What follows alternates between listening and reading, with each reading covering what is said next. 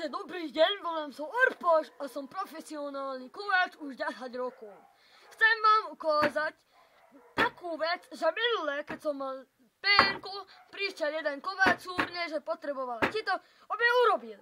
No urobil, ale veľmi zle, nekvalitne. Takže ja vám ukážem, ako to opraviť, urobiť po ňom, aby to bolo dobre. A potom nasadíme vlastne podkovu. Takže on to veľmi zle pobúchal, úplne nakrivo, na hovno. Pol Arpáš chce ukázať to, že aký je on dobrý, lebo on to vie lepšie, áno, ja to viem lepšie, veľmi ja to viem. Som Arpáš. 10 rokov ma každý pozná, chodím po svete všade robiť kopyto. Vlastne pozerajte sa, ako robím a nebudem komentovať.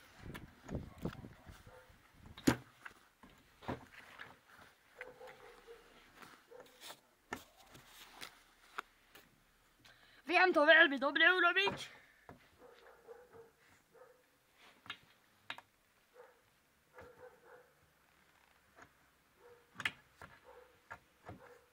Vlastne opravujem plník, dobre.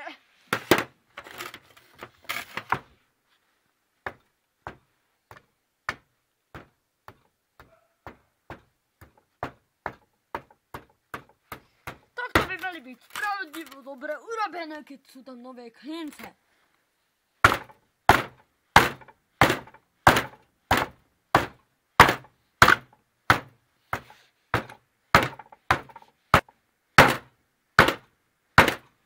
Dobre, teda máme hotovo.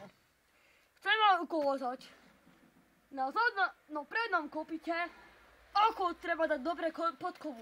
Koník ustúpil, otočím si ho, poď. Dobre, koník, dobre. Teraz si okolo vyčistím koníkovi toto, čo treba, aby som to mal dobre.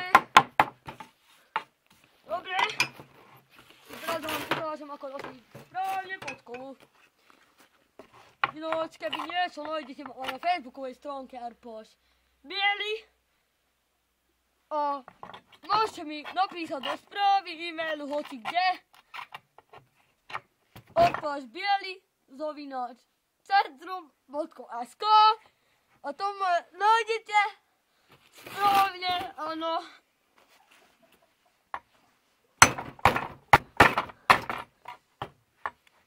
Dobre, na budúce dáme gelovú podkovu, tak sme to upravili podľa toho, ako to treba mať. Takže pripravené na budúce a teraz vám ukážem rozštiepené kopyto. Keď koníkovi vašimi kováčskými takými štipcami zaštipnete do kopyta a keď je to popraskané, tak sa stane toto. Presne toto. A to by sa nemalo stať. Teraz to vyčistím a teraz sa len pozerajte, čo robím, komentovať nebudem. Pôjdem si môj špárať na strelku a na ostatné veci. Strelku si vyrežem pekne, dobre aby bolo. Dobre, strelka je výborná.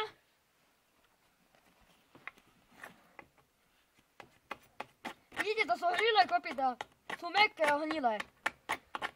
Preto toto hnilé všetko musíte takto upraviť, vyčistiť a je to dobre urobené. Tak ja vám zatiaľ ďakujem, že ste pozreli, ako je to dobre kvalitne robím a ozrite sa vy fakt na facebookovej stránke Arpáš Biely a na e-maili arpašbiely@centrum.sk. Ja si nedám ale dám Arpáš Biely. Ďakujem. Počúvajte.